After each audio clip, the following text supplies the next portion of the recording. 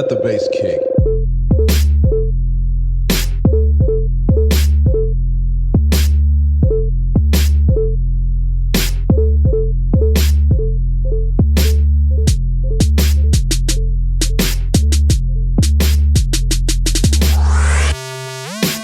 I've been having car trouble, so I've been Ubering back and forth to work for the last couple weeks. Man.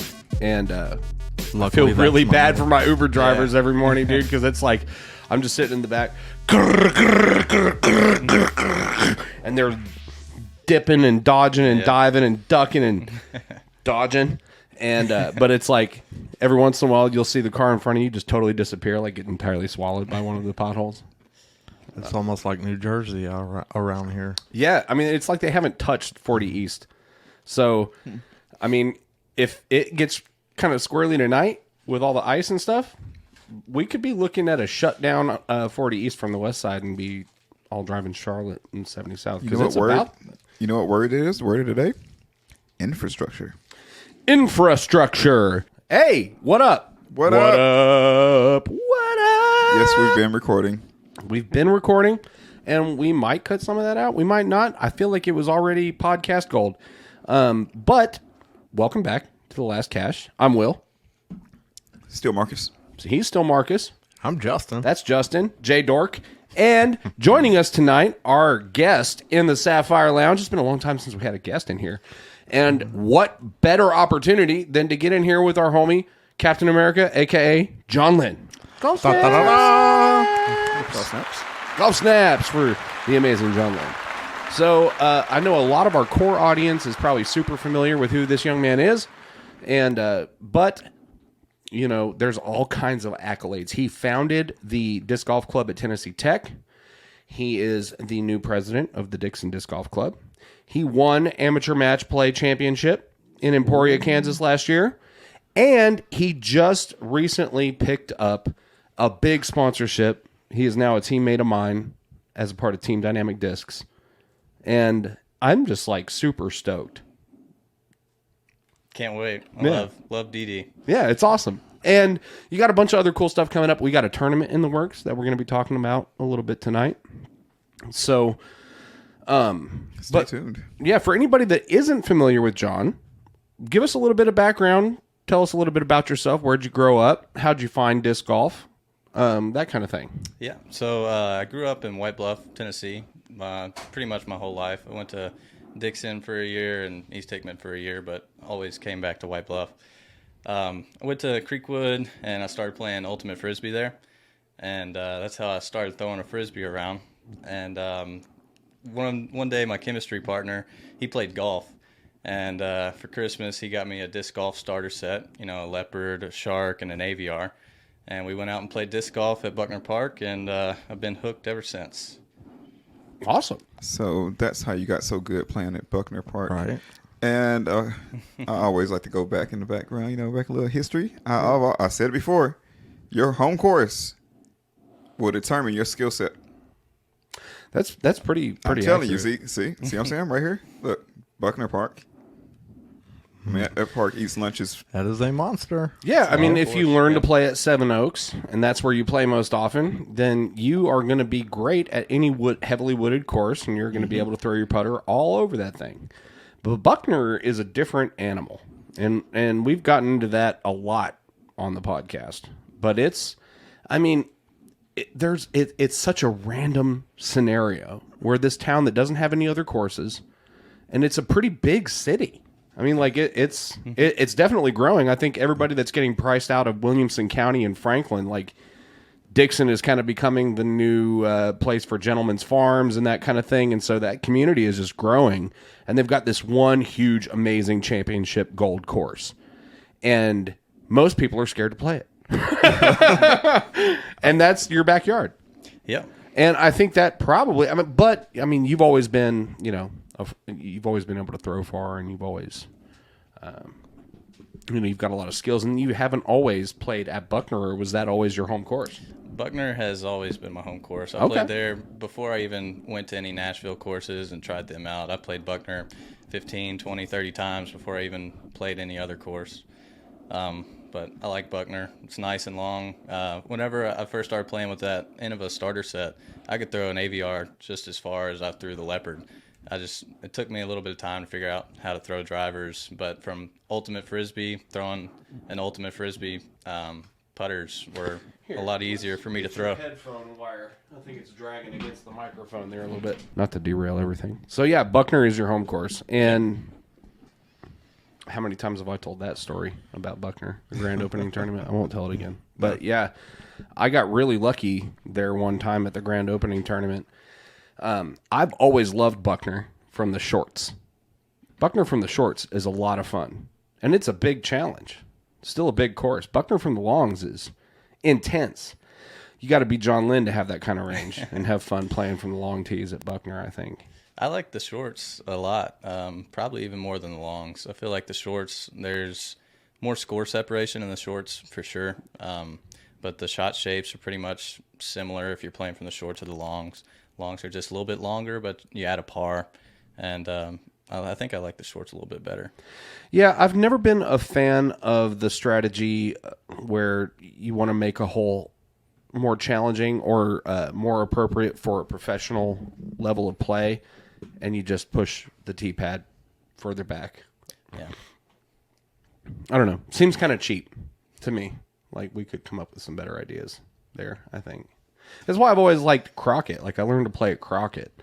And you play around from the shorts, and then you play around from the longs, and it's like two different courses. I've never attempted the longs there. Really? At Buckner, I played a tag round where we like kind of alternated. It wasn't like true like half and half, but I surprised myself with that. Like 13 long, we played 13 long, 11 long. I never played either one of those, and like birdied 13 long. I couldn't believe that. You know, just to be honest, 13's fun. Buckner Park would be a dream course if it had actually one more set of T-pads and one more set of basket locations.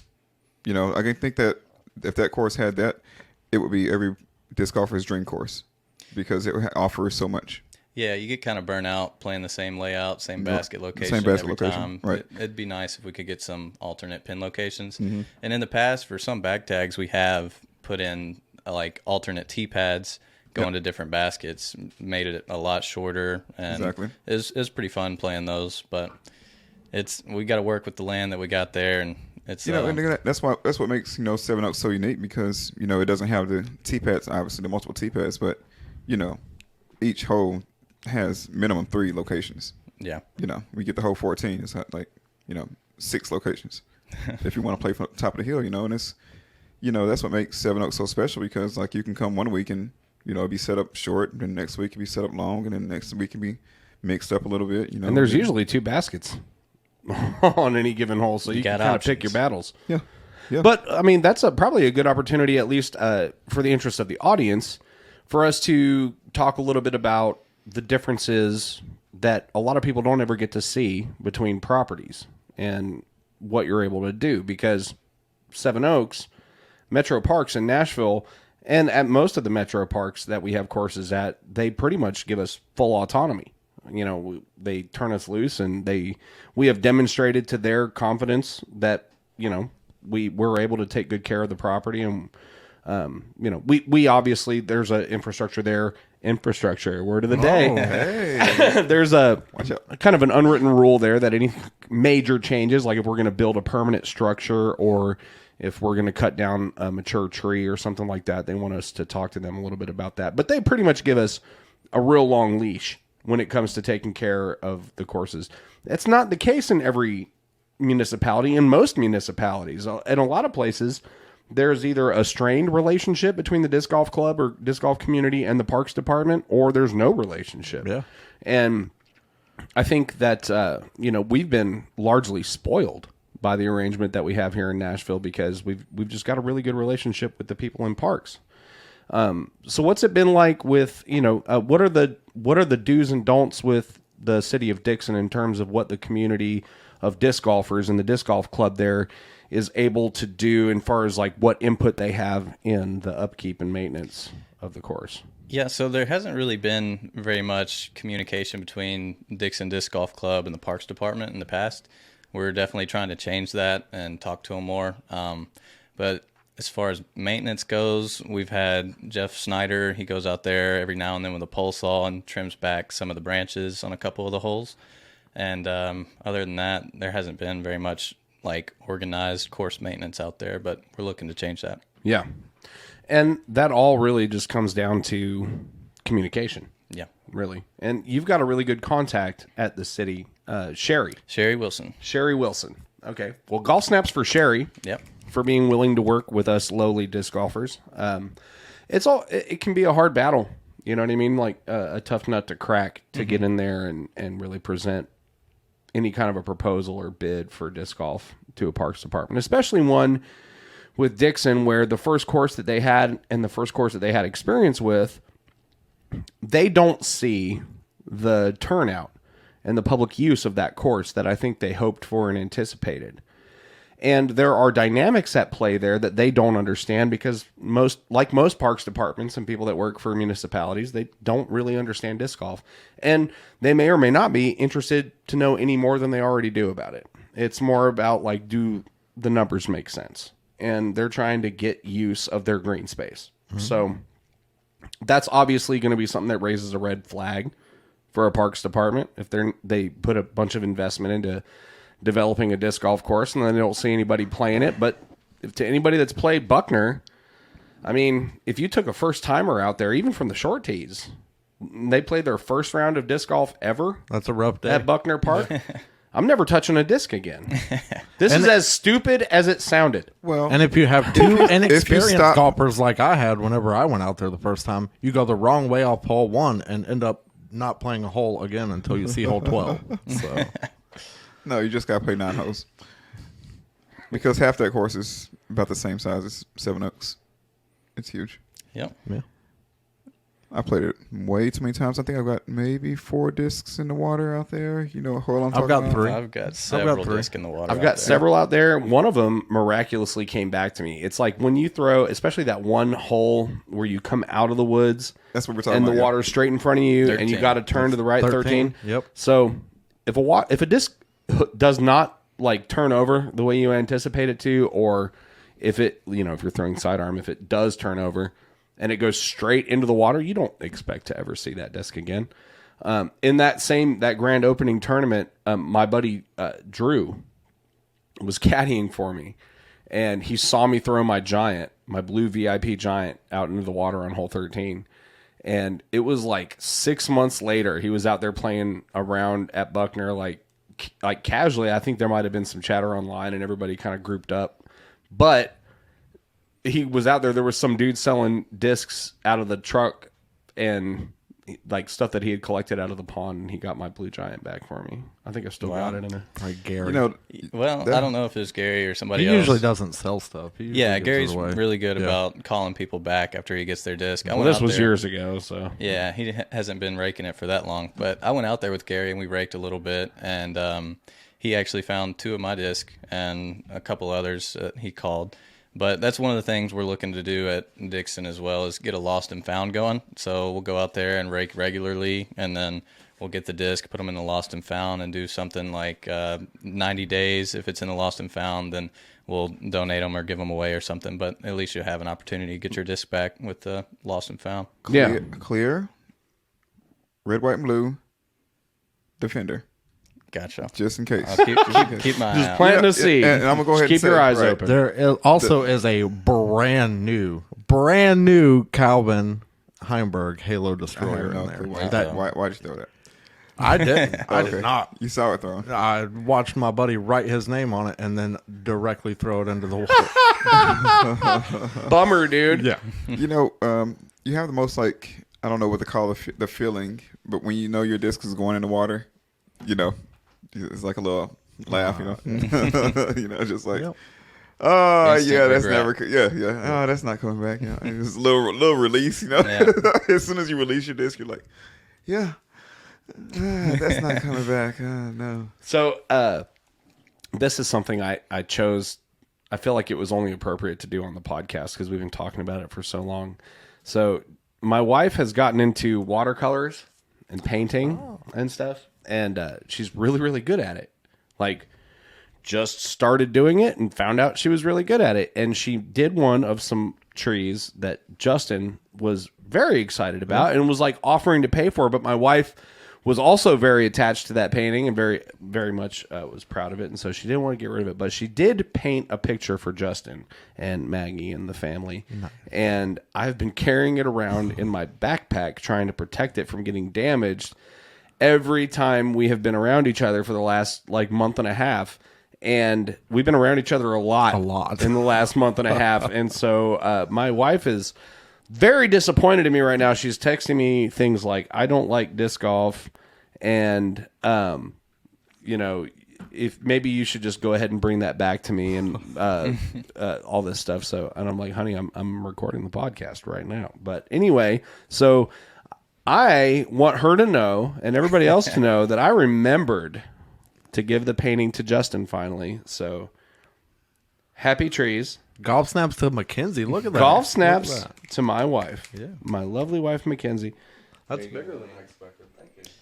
Yep. Thank you, Mackenzie. Yep. I will make sure to show her this later so she will not divorce me once again. Now it's going to sit in my truck for a month before I remember to take it into the Dude, house, if you don't take it to Maggie tonight and dude, you have to tell me what the reaction is. You need to tell Mackenzie right now what you think of that painting because she wants to know. Oh, she already knows I love this. Like, this is gorgeous. That's absolutely gorgeous. I love rainbows, by the way. And look at this. And look at those happy trees. Yeah. I mean, dude, I have the one thing consistently because she's been like doing weird different stuff here and there, but her color selection is always like on point. I'm always like, I look at the colors and I'm like, dope. Yeah, it could be anything. So yeah, little brief sidetrack from disc golf talk. We do that.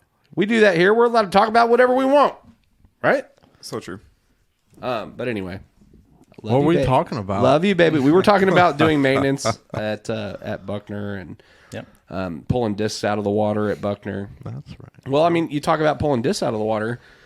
We were just at Bud Hill, which we'll probably get into this later in the episode, but Justin and I went down to get J. Ray's old RV from Bud Hill in Memphis and bring it home because we are about to run our first events off of it here in Nashville, Tennessee. We're very excited. Dream Team Dubs. Dream Team Dubs Sign and it the Ogwood Bag Tag Series. Dream Team Dubs is sold out with people on the wait list except for in the Masters division.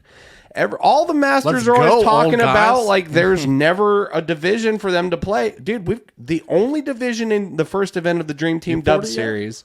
Marcus is empty. Dude, Dr. Hoy's playing with Telly. Oh, in Masters? damn. There's one open spot left for a team, and it's in Masters. Marcus. Right now, sign up. All right. Just pick a random name out of a hat and put it in there. I'll approve it. Then we'll be officially sold out, which our first event. That's dope. But yeah, so, but down at Bud Hill, you know, Justin and Tommy got to play the course for the first time. And on, I forget which hole it is, but we call it the hippie hole. No, snake hole. Snake hole. There's a water hazard, and they have installed these awesome terraced walls, like these retaining walls, leading up to the basket, which is on a hillside across a water hazard.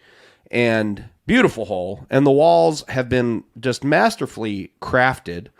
And it's just a visually iconic sight on a disc golf course. That's something you expect to see on coverage. Like right. It there. Looks like something it looks like something out of Augusta. Yep. But that entire project was funded by Disc Water Rescue, a project by former guest and good friend Callie McMorrin and her father Rich McMorrin out of the Memphis area, Arlington to be precise. But they have, over the last 2-3 years, they started this little project where Rich goes in the water hazards at the area courses and pulls the discs out. They have a whole system that's transparently advertised to the whole community saying, this is how we do it. This is what we're doing. They post it. After a certain period of time, if it's unclaimed, they sell it. The money is used to make improvements at area courses. And so those walls on the snake hole at Bud Hill are totally funded by Disc Water Rescue. And when we had Callie on before, she's probably been on more than once now, but you know, and what I've always told her is that, like, I one, it's amazing when somebody takes the initiative to do anything like that generates funds for course improvements. But it's really ballsy to do it with lost discs because, like, I'm at a point in my disc golf career where if we're playing around a disc golf and I see a disc laying on the ground that is clearly not one of ours, I pretend I didn't see it. It's hot lava. Yep. It's radioactive. I don't know. What are you talking about? I don't know anything about it. I still do it. Because if you pick it up, even if you have the best intentions and you do your level best and make a reasonable effort to get it back to its rightful owner, it's almost like a 50-50 chance you're rolling the dice on whether or not you're going to get a lot of static online for like stealing something or like, not giving it back. And it's like, and most of the time people expect you to drive across town in rush hour and deliver it to their doorstep when, like, dude, I found your lost shit at a course. Like, get off me. But, you can turn it into something good. There are people out there, but this is the whole thing.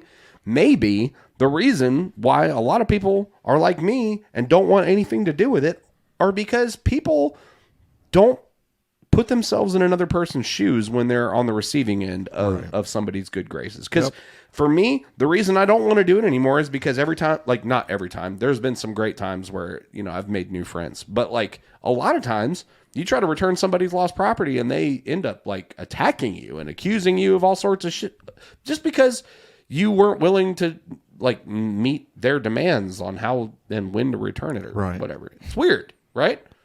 I don't know. I feel like I'm talking. Sometimes I've returned a lot of discs, never been attacked, but I've jumped through. Well, not like jumped, like we're going to do a blanket party and like kick your ass in the party. A lot more hoops than I should have to give somebody back a disc that.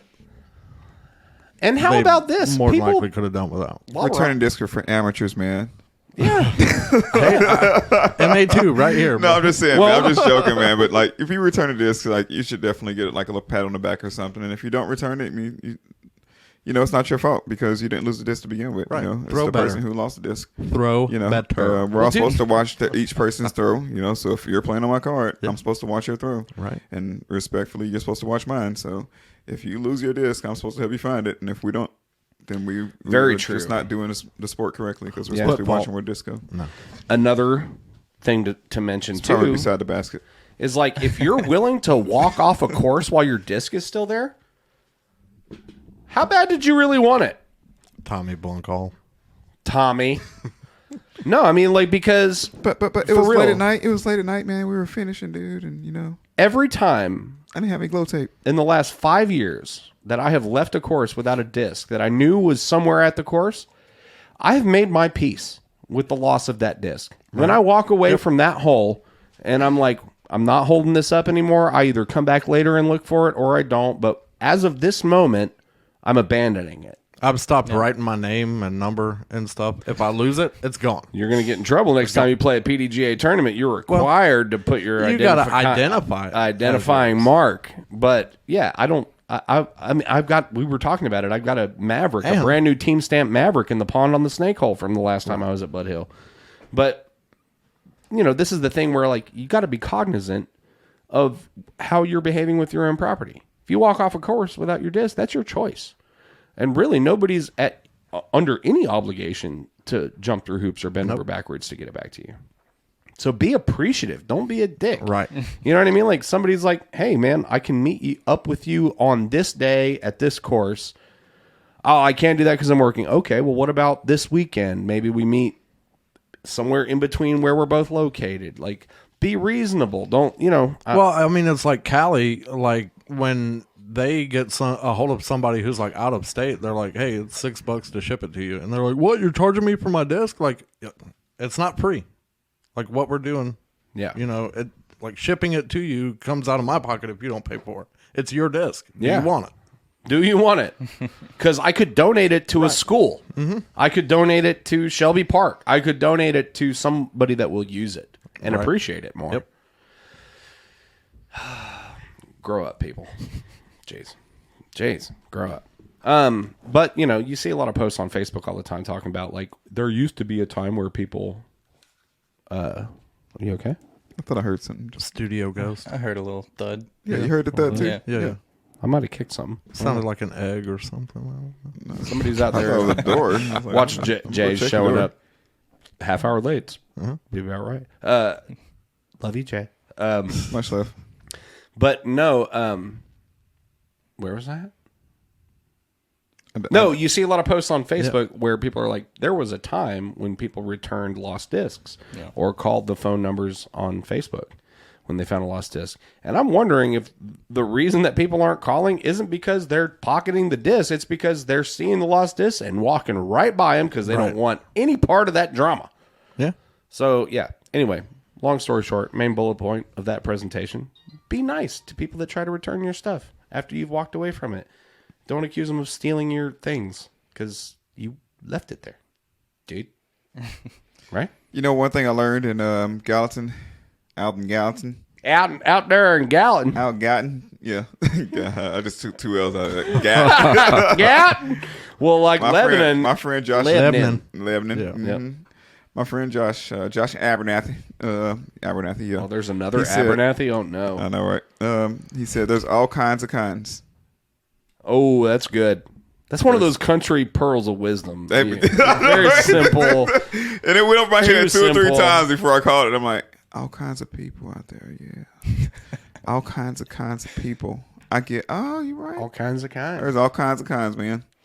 My So, kind, you your know, kind, our kind. The yin and the that yang kind, this kind, translates across those kinds. every part of life. There's The no good equivalent I without a grew up bad. with, There's no yeah. up without a down. You know, there's no podcast without people who watch podcasts. There is You know, no it's like, light. The without equivalent the I grew up darkness. with was everybody's different, man. Everybody's different. Oh, yeah. And most of us are weird. Yeah. Yeah. Very. You're a special kind different. You special kind of different. Bless his heart. Oh, Lord. Bless his pea picking. Oh, Lord. Yeah. So clearly there is stuff going on at Buckner. It's been a long time coming. You know, there's been a lot of iterations of different people that have tried to get some activity going on there. Last year was fairly successful. There was an NADGT event at Buckner. Yeah, I forgot who ran that. Yes. Micah Milam. Mike, Yeah. Yep. yeah, he's running one, I think out of state, in a different state, but he posted that on the Dixon page again. Yep. But he's running another one. But it was a fun event. That was the I want to first. say it's in Kentucky. I think he ran quite a few last year. Yeah, he ran. Yeah. Yeah, ran a couple. He of ran them. a series of them. And he is sponsored. Oh God, I'm going to mess this up.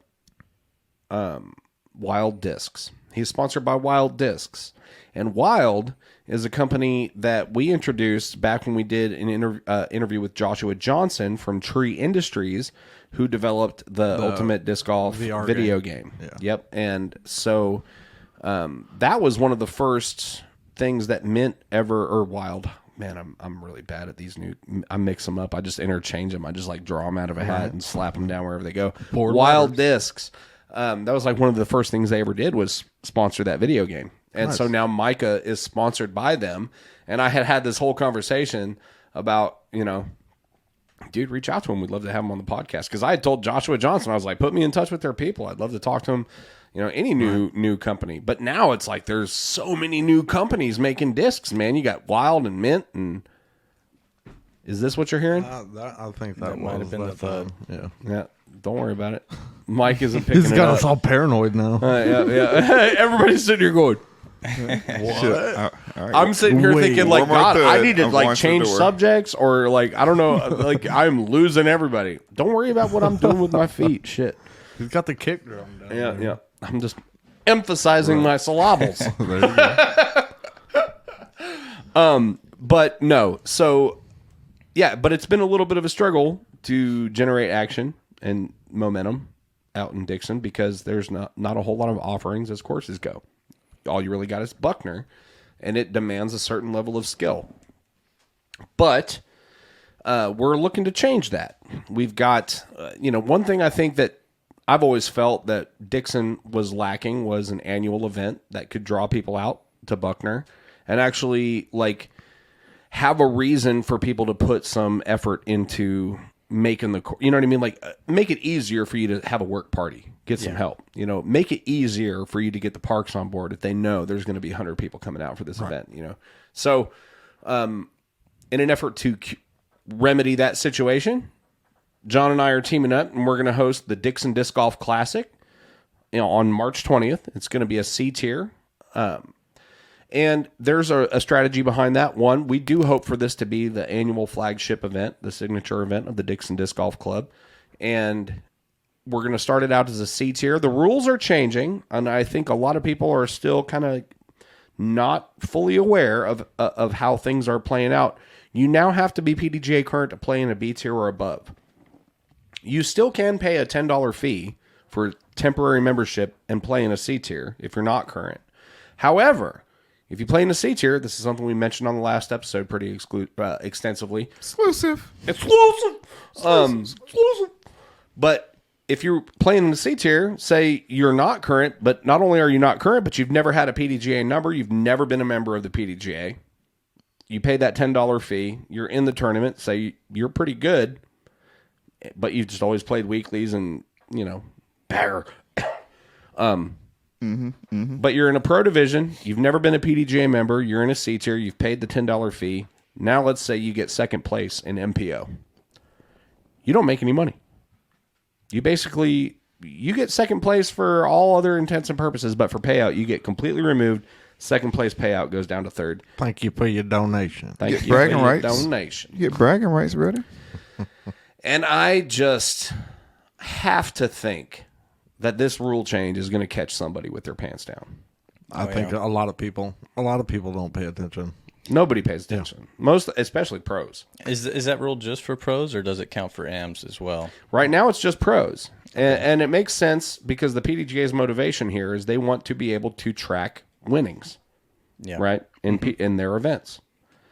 So it's going to happen both ways.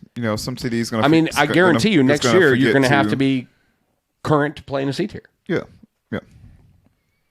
But somebody's going to forget, like, oh, yeah, we paid him out. Hey, you weren't supposed to. Oh, all right. Crap, I forgot about that rule. Somebody who's never run that many tournaments, Yeah. But then at the same time, the player is going to get no cash more times often. Like, oh, man, I didn't know about that. But just imagine how mad that clue. person's going to be. Right. Yeah. Oh, yeah. When they get second place and they come back to Tournament Central and the award ceremony's going on, and they just get skipped over. I mean, dude, I can understand why, but again, this is another, how many do you need, opportunity to point out the fact that, dude, it's up to each and every one of us to know the rules. And if you don't, you are giving an advantage to everybody else on the field, and you're going to be completely useless if some squirrely stuff happens. Because, in fact, you're probably going to be less than useless. You're probably going to be hurtful to the situation because you're going to be taking wild random stabs in the dark. No, this is the rule from 4 years ago that I read that one time. The rules change every year or every other year, to adjust to the way that sport is developing. And so if you're playing in PDGA events and you don't know the rules, you deserve whatever happens to you. Right. So that's my 2 cents that nobody asked for. I like it, though.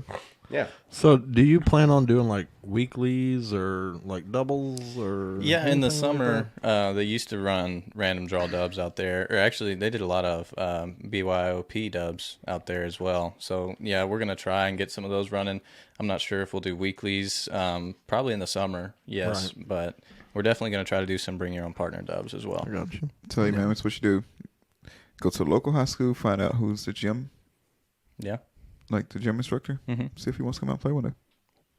Yeah. That's not a bad move. It's a lot of math teachers and gym, whoever runs the gym. Yeah.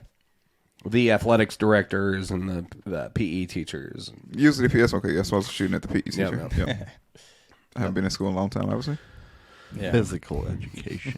Yeah, and that's another good Really physical anymore. thing we've got going on now is we're really getting some traction in schools. Michael Holland had started a club for his 5th grade students at the school he was teaching at before he moved back to Cincinnati. And now I've been working with Brady Brock and Cal Brock to start a disc golf club at J.T. Moore Middle School in Green Hills. And I've been working with Jonah Cavalier to start a disc golf club at Glencliff High School.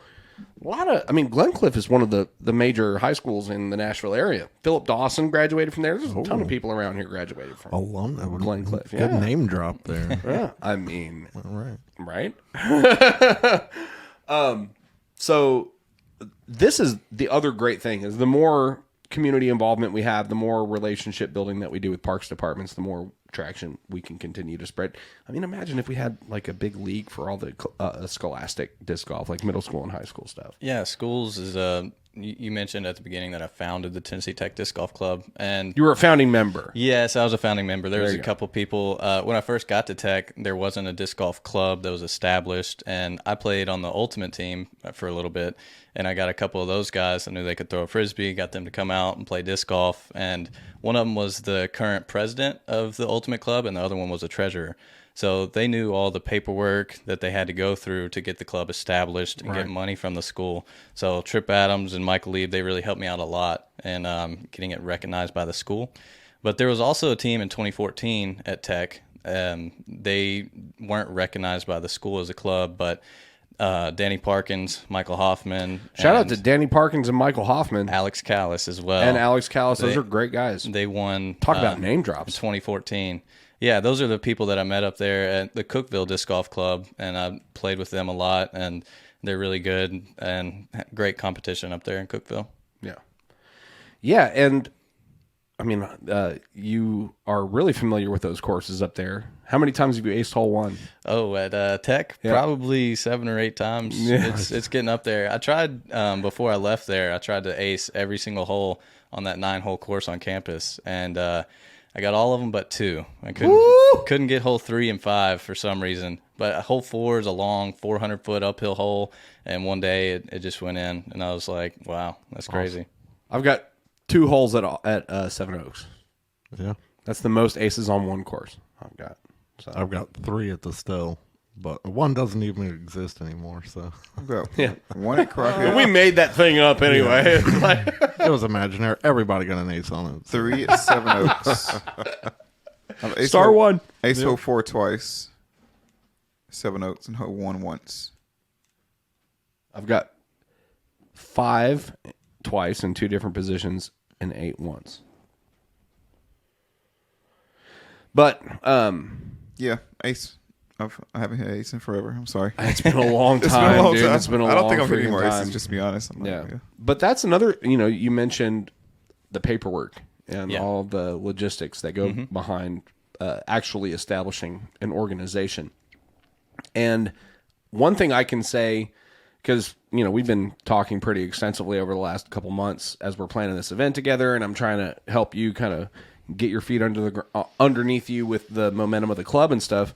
And I've been impressed by your initiative that you've already taken, and you're looking into getting the 501c3 incorporation or some sort of a nonprofit incorporation with the state or fed, so that it makes it easier to bring in donations and stuff like that. Yep. And that's all stuff. I mean, how much of that are you learning as you go right now, and how much of that is stuff that you kind of learned from the aforementioned people when you were kind of getting the Tennessee Tech Club? Yeah, so all the 501c3, I've reached out to Dr. Hoy and learned a little bit from him, but I've been looking online, trying to figure out how to do it. I'm not sure if we need to do it for Dixon Disc Golf Club anymore, if we need to make it a 501c3 for what we have planned as a club there. But that's something I'll keep looking into as we go. But for now, it's kind of on the brakes. Yeah. Well, it's not necessary. I mean, there will be a point where it becomes necessary. Yeah. And and I can tell you for years, because Music City Disc Golf was founded under its current bylaws in 2012.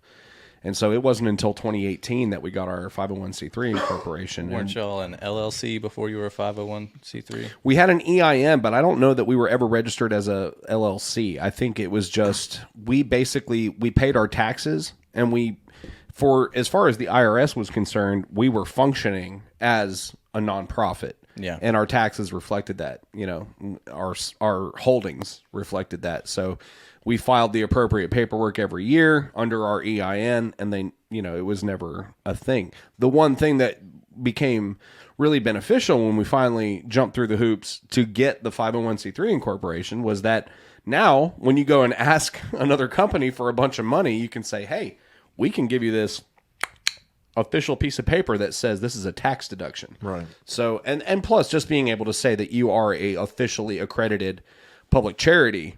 I mean, that's just that legitimacy and that credibility is the value of having that to stand on. I mean, that's huge. And another benefit to it is when you're working with parks departments. That's if you're a 501c3 or a 501c4 or any 503c17 or 9 C3PO. especially if you're C3PO. Oh yeah, if you're like the NFL, 5306. Right. Yeah. I mean, they don't ask. They stop asking so many questions. You know what I mean? They're like, okay, well, they're covering their bases. They've got their I's crossed and their T's dotted. So, yeah. Let's take a quick break. Let everybody get a chance to go to the bathroom real quick. We've done about 45 minutes. Solid. Wow. That went by in a heartbeat. There is a whole bunch of stuff I want to talk about.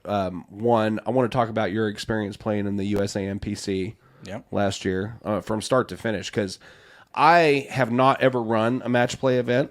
I've run hundreds of tournaments, but I've never run a match play event. And thankfully, there's always been somebody that has stepped up to run a bracket. And golf snaps to Dave Westrom for being the state coordinator for the last couple of years. Helped me with the problems on my bracket. Yeah. Westrom is, we need to get him in here. He's a character. He'd be fun to have on the show, even if he's not doing anything. Yeah, I got to talk to him a little bit when I did that one last year. Yeah. So. And it's weird. Dave's been texting me, and I don't know if it's like something going on with his phone or something, because I've been having stuff going on with my phone. But it's like, I will find text messages that he has sent to me, and I will only get them when I open up my laptop at work or something and I'm sending an email. I'll get like a notification in my messages that says, Westrom texted you, LOL at Jay's rant or something like that. And I'm like, I never got it on my phone, and like, it's been 2 weeks since you texted me that, so I'm not going to respond to it. Anyway, shout out to Westrom. But yeah, I want to talk about your experience with USAMPC, because it's just...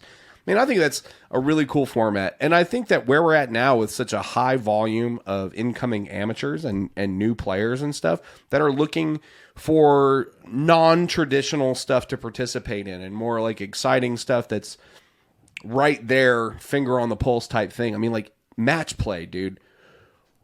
How much more drama and like tension could you create? It's head-to-head skins. It's like...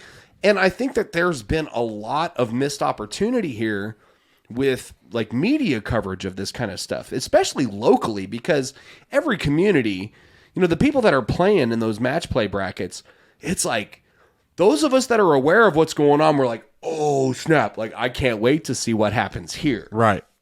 And then you saw a little bit like Dr. Hoy and Dr. John Williams. Right. Did their little Doc versus Doc where they were raising some money for Second Harvest. I think it was Second Harvest. It was. Yeah. They were raising money for Second Harvest, and it was just, they were going out and playing head-to-head skins, basically, and just Facebook Living it. Whoever wasn't throwing was holding the phone. And, dude, it was electric. Like, people were really paying attention to it, and they made an impact in our community.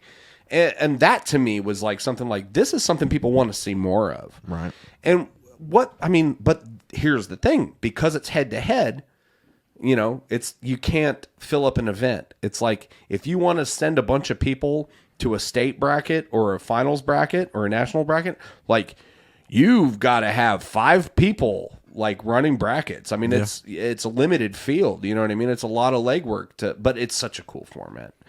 I loved it. Watching it play out. Like, I didn't participate, but I hosted it and I watched, Yeah. all my friends playing against each other. That was pretty fun. Yeah. And then, you become emotionally invested in it no matter who's playing. You're like, oh, especially as people start getting cut and it starts getting narrow. Yeah. So I definitely want to talk about that. Also, other goals that you have with Dixon. I know, we've got a new course, hopefully, in development in Dixon. We can talk a little bit about what the status is of that, because I know we've teased it a little bit and people probably have questions. But yeah, we're going to take a quick little break.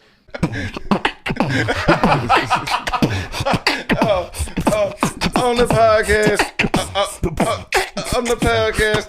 the last cast.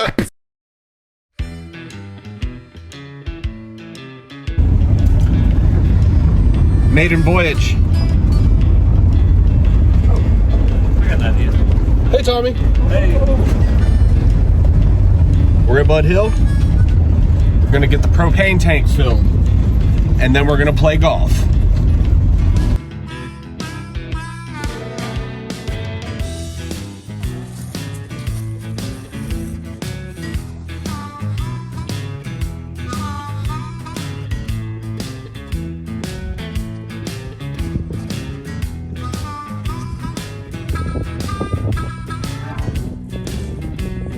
Good shot.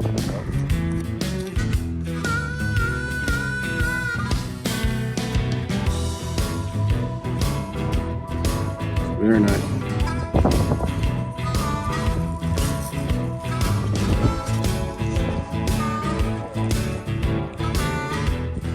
Big skip.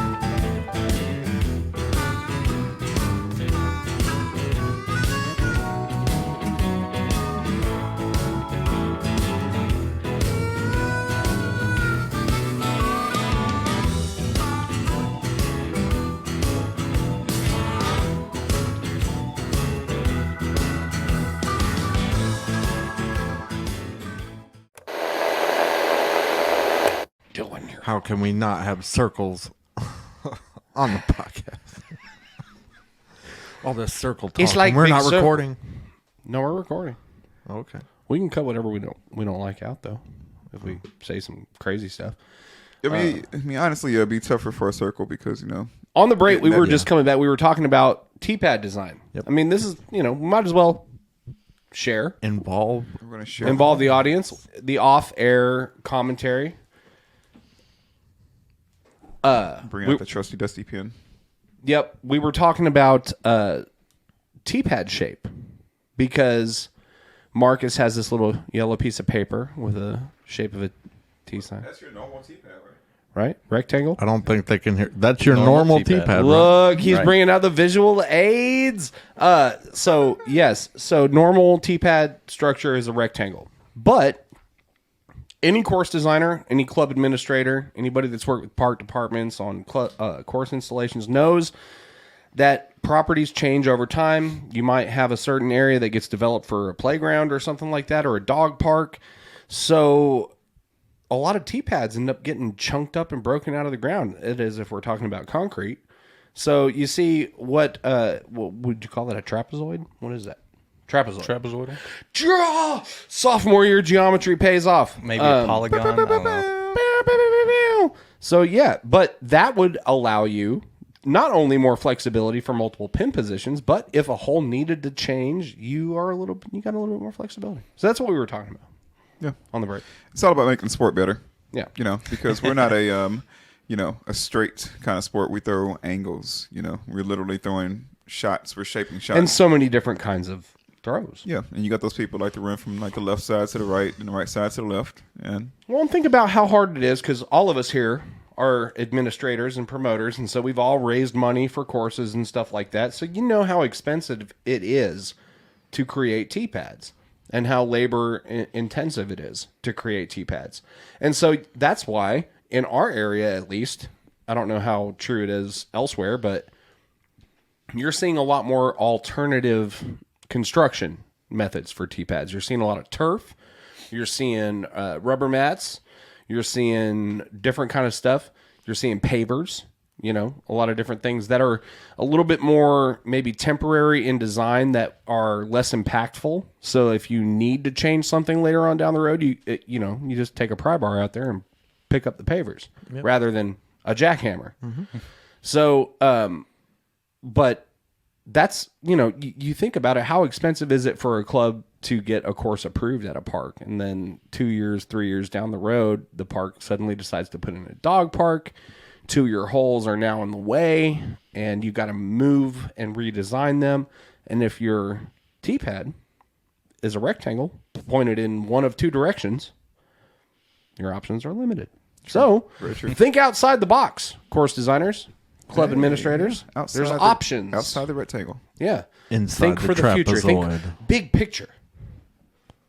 Bird's eye view. Advance the sport. Yeah, we teased this before the break, but I want to hear what it was like for you, because you won the big show with the United States Amateur Match Play Championship last year. So what was the experience like from the very beginning? Were you running any of the brackets that you played in, or you just tell us all about it? I won't even put words in your mouth for one time in my life. Yeah, so match play around here, it's been going on. I've played in the last 2 or 3 years, and usually when I play these, I think Jeff Castellina has been hosting a lot of them, and now Dave Westrom started hosting a couple too.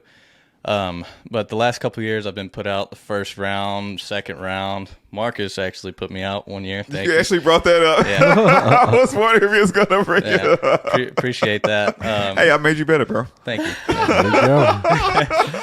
But yeah, match play, it's a lot of fun. So this year, there wasn't many brackets going on. And Dave Westrom, I reached out to him. I was like, hey, man, are you going to run a bracket this year? And he said, yep. And there was only 4 people that registered for his bracket and for the Nashville bracket. And to fill a bracket, you need 8 people. Mm-hmm. In previous years, it was 32 or even 16. And this year is just 8. It might have been 16. Do you know? It was 16 before. Yeah. And then this year it was 8. Yep. So there was only 4 people in our local Nashville bracket that I played in. And I won the first round against Jeff Lorenz and the second round. And then after your local bracket, you move on to the state bracket. And the state bracket, you had the Lyles bracket, Nashville. There's a Chattanooga bracket. I played the winner from the Chattanooga area. And I can't remember the last area, but I ended up winning the state bracket. There was only 4 people in it as well. So at this point, I played 2 matches in the local bracket and then 2 matches at the state bracket to win it.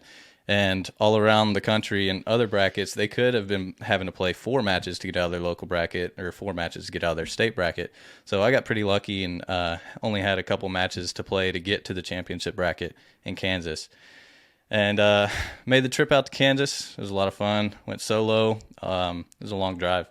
But got out there to Emporia. 10.5 hours. Yes. Yep. Got out there to Emporia. Went and tried to practice the course as much as I could. It reminded me a lot of Buckner. It was open. It was long, and I liked it out there. It was definitely a little bit more windy than Buckner, but first round, there was, how many people were in the championship bracket? Maybe 32, I think. So had to play the first round at Jones West or East, and I ended up winning that one. I went up 4 or 5 holes right off the bat and just cruised through, and we only had to play 15 or 16 holes for that match whenever I was mathematically up. Right. So match play, it's awesome like that. If you, right off the start, if you get up and then you just have to tie your opponent, it relieves a lot of stress. So I never got in the hole besides one match, the semifinals. The dude I was playing, he got up on me by 2 right off the bat, and I came back and I won the next 4 holes in a row, and I got up 2 on him, and then I got up by 2 or 3, and just finished out that match and ended up winning it too. And then going into the last match, actually the last match I lost the first hole, and then I won 3 or 4 in a row again, and just kind of cruised, battled back and forth from there. Put him in a lot of pressure situations. Ty Weber was the guy I played. He's from Texas. Actually got to be good friends with Ty, and we played in a Texas tournament, the NADGT. Mm-hmm. We met up there and went to a place called Cidercade and messed around a little bit, but it was fun meeting Ty and playing with him. But he went up on me on the first hole, and then I won 2 or 3 to get back ahead, and then we just went back and forth and put him in a lot of pressure situations where he had to make a 30, 40-foot putt in the wind if he wanted to win that hole and gain a stroke back. and it just took a lot of pressure off me getting up and ahead of the game. But it was a lot of fun. So what is your strategy, and how does it differ when you're going into a place like Emporia, Kansas, where you know the wind's going to be up? So what's my strategy for match play or just wins? Well, I mean, just in general, like, we typically don't play in heavy winds. Yeah. Like, the closer you get to Kentucky, because Bowling Green is notoriously windy as well, but in my experience, it's never as windy as Emporia. Yeah.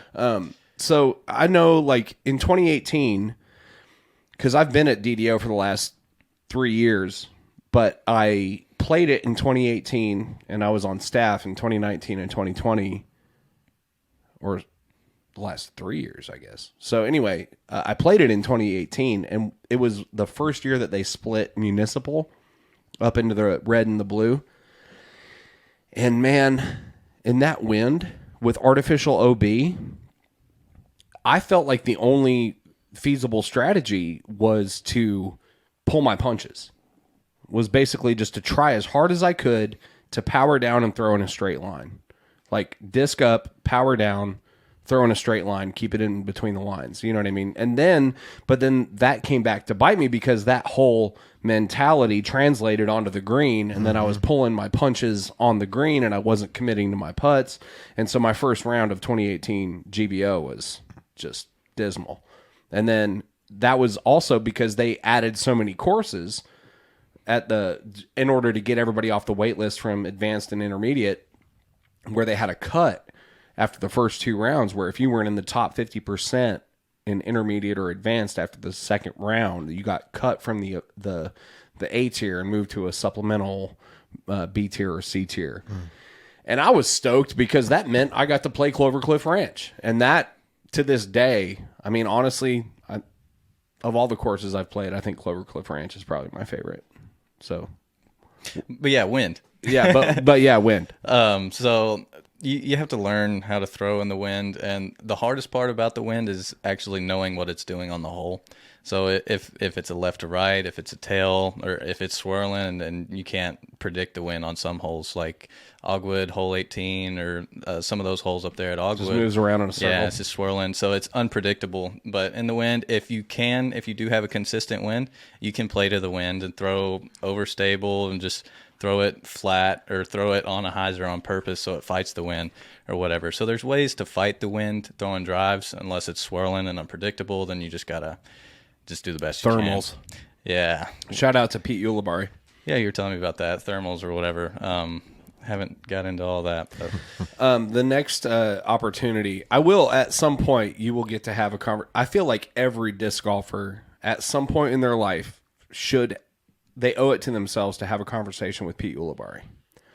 Well, the good thing is Stokely did that for us. He sat down with Pete, and they did a video series talking about wind and how it affects flight.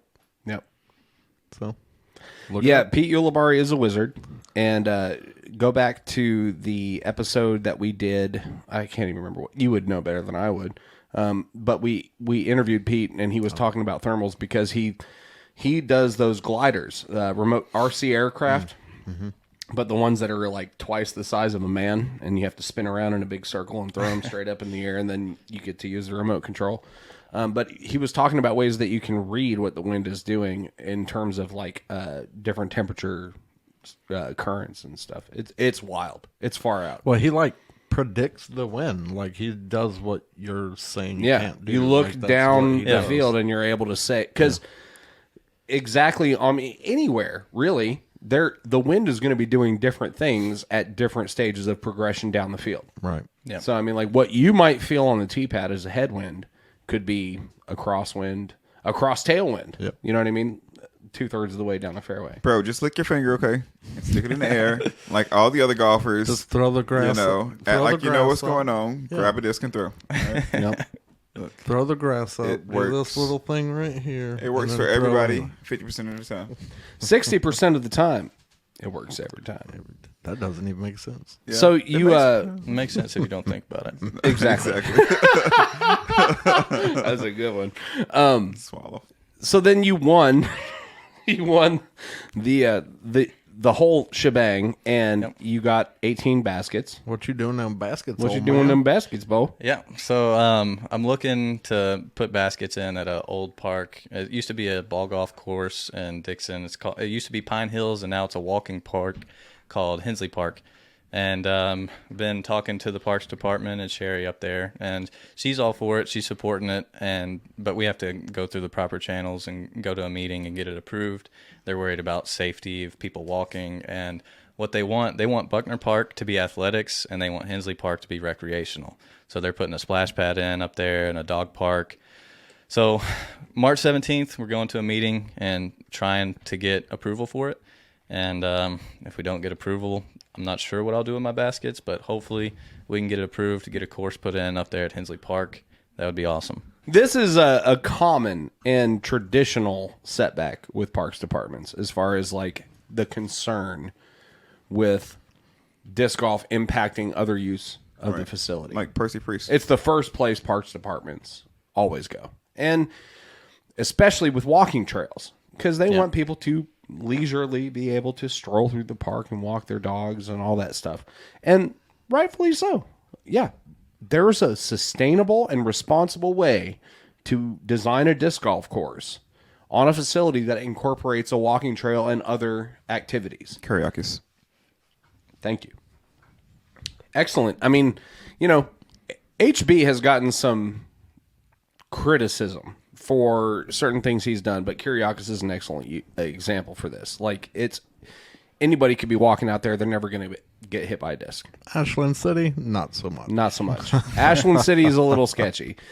But that's what I'm saying is, like, you can't, I mean, you have to incorporate some strategy where it's like you're either throwing away from the path or towards it, but the final destination on that fairway is much before the walking path, where it's like your overshots are not going to be hitting anybody in the face. A little bit of education, and people see it happening every day, and then nobody ever get hit. Hey, they're playing disc golf. Oh, I'm going to watch them, and then I'm going to walk. But another cool segue here to mention that we did just get official approval from the That's Parks not Dep- where I was going, though. Oh, okay. But you go ahead. Go ahead. You got it. Well, no, you go. Well, I was just going to Teaser. throw out the option of, like, maybe using, in the meantime, those baskets to do, like, an alternate layout at Buckner. Yeah, because you can get those with a portable base on them. Yeah. So Buckner, I'll go out there and look at it, but I'm not sure how much different you could get with more basket locations out there as far as shot shapes go. Right. Yeah. I really want these baskets to be used to make an awesome New course. Oh, well, I was just saying, like temporarily. temporarily. Yeah. Well, I mean, can see that. and where I think what he's getting at is if you get them with portable bases, permanent conversion kits are not astronomically expensive. We could get those at a later date. And those baskets could be flexible, whereas like we could host some test events at Hensley and not have to pour any concrete, and we can move them around, take them off the property so they don't get stolen, all that stuff. So getting them with portable bases might be the move, because it would be a couple $100 to get permanent conversion kits for all 18 baskets. Yeah. Later on when we were ready to put them in the ground. Because that was part of the club sponsorship from Dynamic Discs for years, was a set of baskets. And we would get them we would get the portable baskets sent to us, but also with permanent conversion kits, because we would use them for Music City Open and then be able to replace baskets or build a new course. Or use them for the championship. Yep. Shelby. That kind of thing.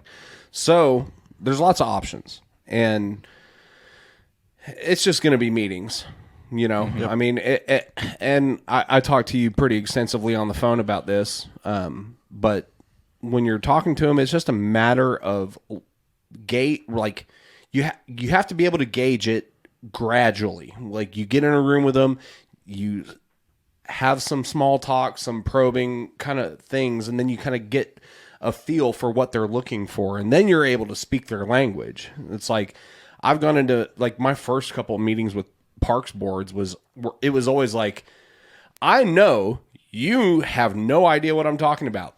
you have no idea what disc golf is and have no desire to, well, no, you have no, the lack of desire to understand it comes after you've gotten about 5 minutes into your 20-minute planned presentation about explaining what disc golf is. So that, because that would be the perfect world, is like if you could just give them that presentation and say, this is how it works. So just to, but they won't listen to it. Yeah. It's like they want to know certain things. They want to know insurance. They want to know liability. They want to know money. They want to know Planning. safety. Yep. They want to know, logistics. Yep. And so once you realize that, it's really easy to assuage their concerns. It's just like you just got to figure out the best way to show them. And, and that's where I'll come in handy. I mean, like with McCord Park, because what I was just teasing, McCord Park in Lyles, Tennessee, you guys had gotten approval to put a course in there, or tentative approval at least. Yeah. And then the whole Parks Board was dissolved. Yeah, it disappeared. Wow. And Disappeared. Justin was they heartbroken. put an ad in the paper like, "Hey, we need help." Yeah. And I don't live in the community, but I grew up there, so I have special ties to it. And like, I'm already so busy, I couldn't. There's no way. I tried talking every disc golfer I knew in Hickman County, like join the parks department so we can get this moving. And finally, they did. Actually, they have quite a good board now. So well, it was weird because you told me, you were all excited. You came to me and said, "Hey, we got approval to put this course in," and I was like, "Dude, obviously, whatever I can help, whatever I can do to help." And so I showed up. I was on my way back from somewhere, and we all met up at McCord Park, and we did a little walk around. And I filmed a little 5-minute video talking about, "Hey, we're going to be working on this course." And then it was right at MCO, right before MCO, you told me everything was dead in the water. Yep. Whole thing was gone.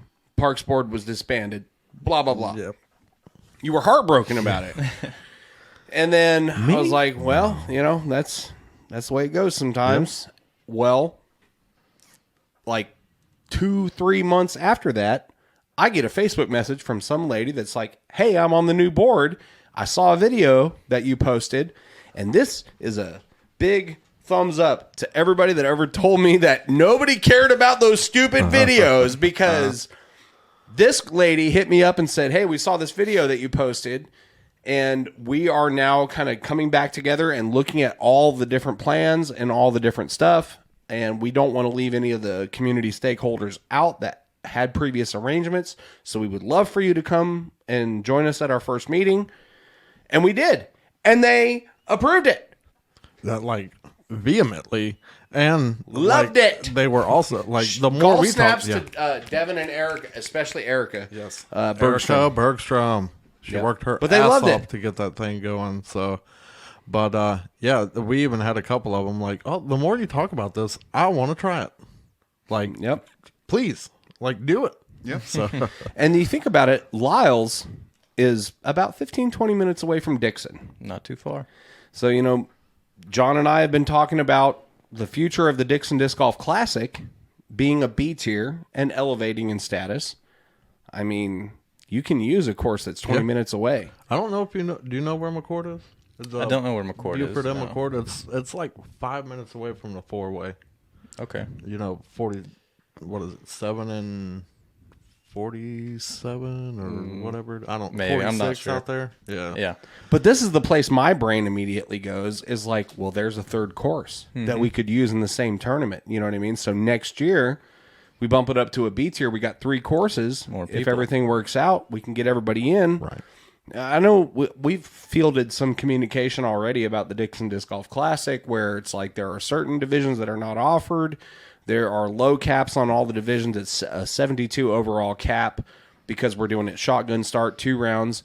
And our strategy here, for everybody's edification that's watching this, I am the tournament director for the 2022 Dixon Disc Golf Classic. Jon Lynn is my assistant TD. I am deferring to Jon on all aspects of the tournament that involve what is best for Dixon. So I am not telling him what to do. I'm looking at him and being what's best?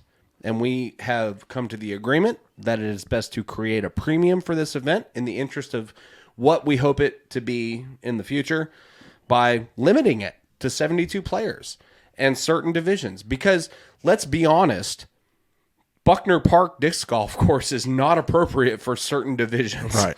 Yeah. Like if you are like, there's no reason to have a novice division. There's no reason to have an MP80 division because we don't want to kill anybody. Right? Whippersnapper. Yeah.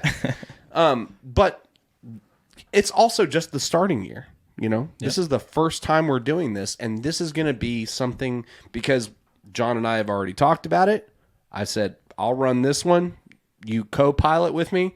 Next year, I turn it over to you, and I'm your co-pilot. And then after that, I turn it loose, and the club runs it. And then you guys have a big flagship event that you can rely on every year to generate resources for your club. So that's the whole idea behind it. Yeah, there are going to be some people that are left out in the cold. Every tournament fills up and has wait lists that are not promoted. It's just the way of things right now. And I've spoken about this a lot on the podcast. I think the answer to that is more field-specific stuff. I think more tournament directors need to start breaking their events down and thinking about what their goals should be. And let's do some Masters stuff. Let's do some Pro and Advanced stuff. Let's do some M-only stuff, some women's stuff, some junior stuff. Let's break these events down to where we're not trying to cram every possible division into every event. It's a cookie-cutter mold that is obsolete. It's antiquated. It doesn't work anymore. What are we doing, guys? So, yeah, this is kind of part of our answer for that. We just want to create more action, more high-profile, high-prestige, good tournaments. And the more we can do that, I spent 4 or 5 years totally tied to the wheel of Music City Disc Golf, and now I have a lot of resources and a lot of things at my disposal where I can invest in some stuff outside of Nashville because you guys got Music City Disc Golf fully under control. I'm not ready. Did I wake you up? I'm not ready. Finally caught up with me. I drove so far. Justin told me on in the car on the way here to the studio, he was like, if you hear me go, boo, it's because I caught Marcus slipping. Finally caught up with me. I need see, I got this big old bag. This is the M&M's for. I got those just for you guys, okay? What kind will I get this time? We got him, dude. Oh, Lord. We got him. Oh, that's So good. definitely not getting edited out. All right, peanut butter M&Ms. That's my biggest win on this podcast in history, dude. Here we go. I'm back.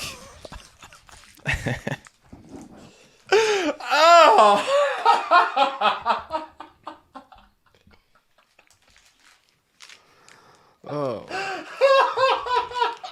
How perfect was that? Oh, I'm pretty proud of myself right now. All right. Thanks. I love you. Yeah. It's that NyQuil you're drinking, man. Zipping on the You scissor. had a whiskey and M&Ms, bro? Zipping on the zip.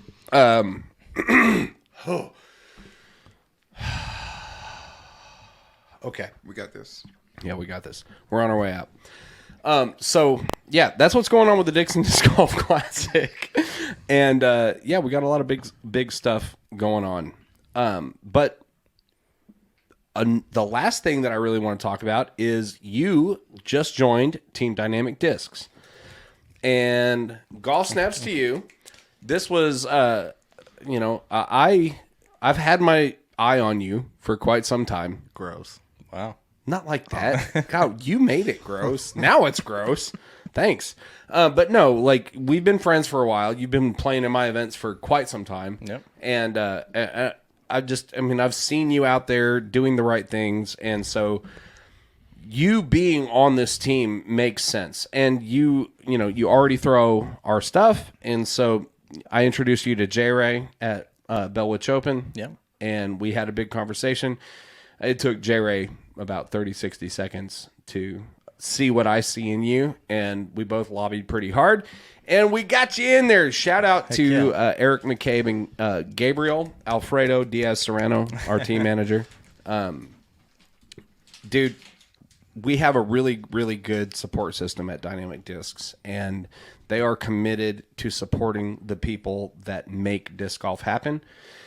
And this is an interesting kind of place for you to be in because you are fully capable of being a sponsored player and going on tour. You just have some life obligations and some selfless commitments to your local club. You know what I mean? Like, so you're joining us on the ambassador team, joining the likes of me and Kevin Turner and Ben Swam and Mike Salt and so many others on the ambassador team that are it's mainly just TDs and promoters and administrators because that's where you're living right now. Yeah. But the one question I've answered the most, or kind of not answered, is he going to go on tour? So you're not going on tour. I don't see that happening. Are you going to play some big events though? So I would like to. I looked at the register. I did not know that registering for the DDO or any of the Pro Tour events, it all happened at the same time. So Music City Open, I made sure that I registered for that, but I wasn't aware that the DDO and the Jonesboro Open, couple events that I wanted to play in, the registration was the same time for them. So I didn't get into those. There's a long wait list in all of them.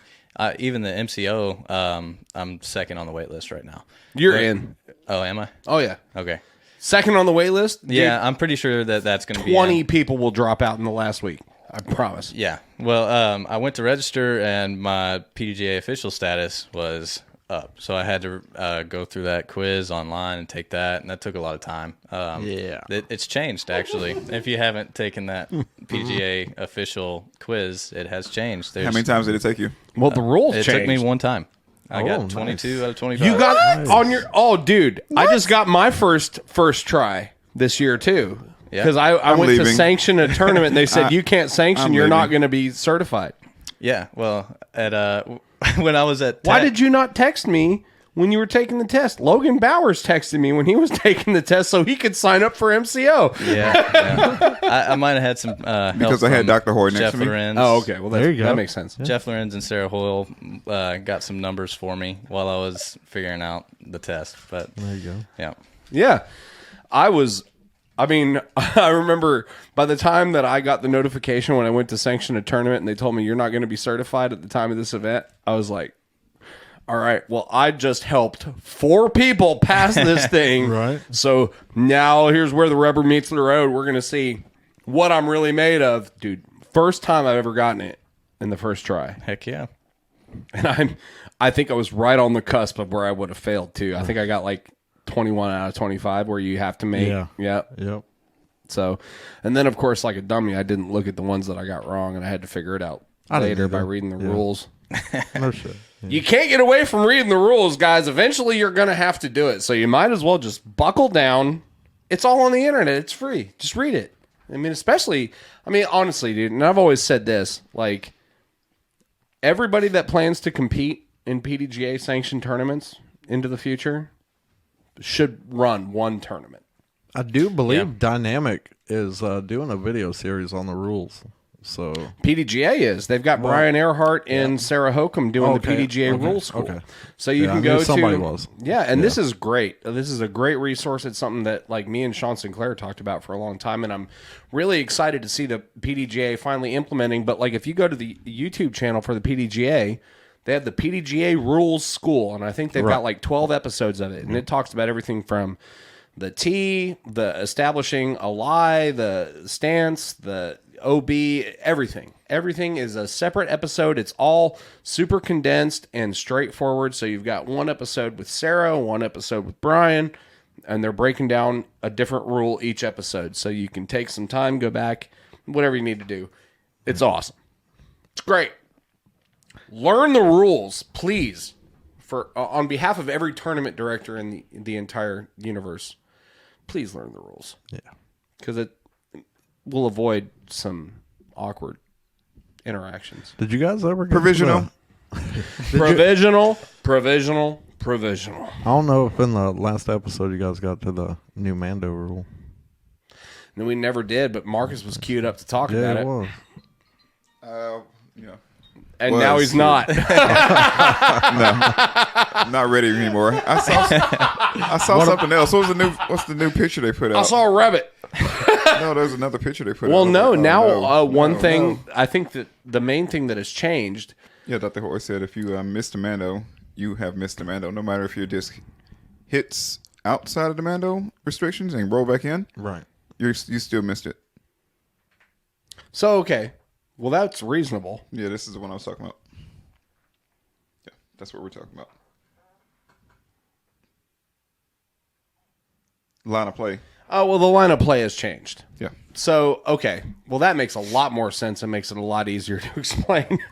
Because now, whereas before this year, the line of play would have been adjusted to accommodate for an out-of-bounds space or a restricted space based on a mandatory. Mm-hmm. So, if the T-pad is facing straight toward a basket, but there's a Mando slightly left that you have to throw to the left of, and so your restricted space kind of kidney beans. Now, your line of play is straight from the T-pad to the basket. So if you have to adjust your lie based, if you're taking relief, like say you do make the Mando, but you pass into restricted space, you have to adjust your lie or whatever. You land in an OB zone, you've already come back in, taken your stroke. You can now choose to take relief along the line of play. Right. It's always going to be a straight line from the basket to the T-pad or vice versa. Never, whereas before the line of play was defined was like The flight of the disc. yeah, well, or to accommodate for the restricted space. Right. So based on it would be basically like the line of play prior to this year would have been like if you were teeing off and there was a restricted space to your right of the tee, and further up the fairway, that restricted space crossed to the left, right? So say at some point up the fairway, that restricted space curves back to the right and the green is straight. If you landed up here in the restricted space and you walked it out where it was last in bounds, now you could take relief along the line of play back as far as the T-pad. The line of play would have been defined by where you were as opposed to the T-pad and the basket. Mm-hmm. So now it's a straight line from the T-pad to the basket. It's a straight line from your lie to the basket. And now it's a clarification. Most of the time when these T-pad to rules the are basket. changed or rewritten, it's to make a clarification or to correct some messy language. So, Yeah, because I had somebody explain to me as, if you have a Mando, you got to be facing toward that Mando and not toward the basket. Meaning, when you stand behind your disc to make your shot toward, proceeding toward the basket, your step would have to be behind and in the same line as the Mando, but not in the same line as the basket. right. Yeah, you have to pass around the Mando first. Yep. That would be, your Mando would be your target from the T-pad. But in replacing your lie, the Mando does not come into play. Exactly. It's just a straight line from the T-pad to the basket. Yeah. If you weren't already confused Welcome to Confusionville. on the Last Cash podcast. Yeah, what else we got? Are we at that time? Just the tip? Did you see the picture I posted from the counter at the Haystack that was Cafe? so funny. So Marcus has been doing this this segment at the end of every episode, Just the Tip, where we get a tip about anything. I'm going to let him give the speech. But we were in Memphis, and I dragged the guys to the Haystack Cafe in Millington twice for breakfast. And they had a big tip jar on the counter with a big sign that said, Just the Tip. And I was like, that was just for Marcus. All right. So, just a tip is some advice from today's guest, is Jon Lynn. Gonna give us a tip, something you would tell disc golfers, not necessarily form, not necessarily grip. It can be anything from the top of your head as far as like, waking up early, showing up 10 minutes before the round, get into the right course. Any kind of tip you want to give the disc golfers out there, here's your chance to give them one tip from you that'll make you a better disc golfer. One tip to make you a better disc golfer. I'd say having a game plan for the course is a good idea, or like going into a course and playing it blind is not a good idea if you don't know your bag and you don't know your distances. So either learn your disc and your distances so you can play blind, or go play the course so you don't have to play blind. Nice. I like it. That was the tip. might have been the most direct and straightforward I wondered tip that too. we've ever. And I think that's what we've bro. been going for Learn with your that. bag or play the course. I love you guys. John, Thank you, man.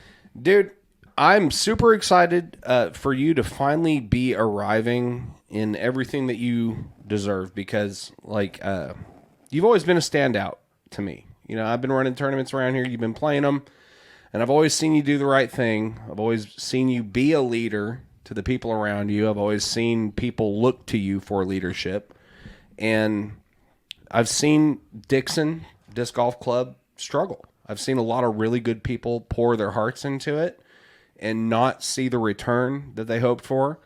And if I'm being completely honest, dude, I think I feel in my heart of hearts that you are the person to turn that around. And I'm excited just to see what you do. And thank you for taking the time to drive all the way out here from White Bluff. Thank you for having me. We're going to go ahead and wrap this up so that you can get home before the bridges ice over. Yeah, they might do that. Yeah, and because Marcus has to... Dude, I've got it easy. I just got to go 2 exits down. Everybody else here has to drive for 45 minutes. Yeah, I've driven. You guys must really like this podcast. 4.5 hours already once today. Ladies and gentlemen, episode 48. Thank you for joining us. Stay tuned for the next one. Who knows who we'll have on? Peace. Get you on foot. See ya. See ya.